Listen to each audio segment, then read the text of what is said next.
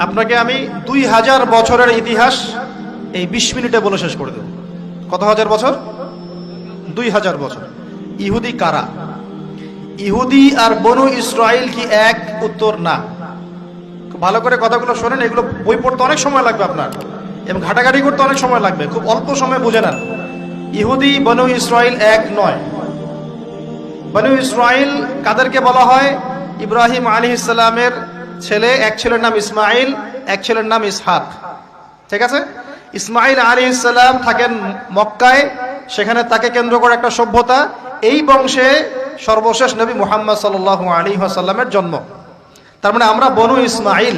আমরা কারা? বনু ইসমাইল। আমরা মুহাম্মদ সাল্লাল্লাহু আলাইহি ওয়াসাল্লামের কওম, উম্মাহ। আর এইদিকে আরেক ছেলের নাম হচ্ছে ইসহাক, যিনি থাকেন ওই শামে, ওই প্যালেস্টাইনে, ওই জেরুজালেমে, ওই জায়গায়, ওটা শাম। ঠিক আছে? এবং ওখানে তিনি তার বংশ বিস্তার হচ্ছে। তার ছেলের নাম হলো ইয়াকুব। কি নাম? ইয়াকুব আলাইহিস সালামের আরেক নাম হলো ইসরাইল। ইয়াকুব আলাইহিস সালামের আরেক নাম কি? ইসরাইল। এবং তার সন্তানদেরকে বলা হয় বনু ইসরাইল।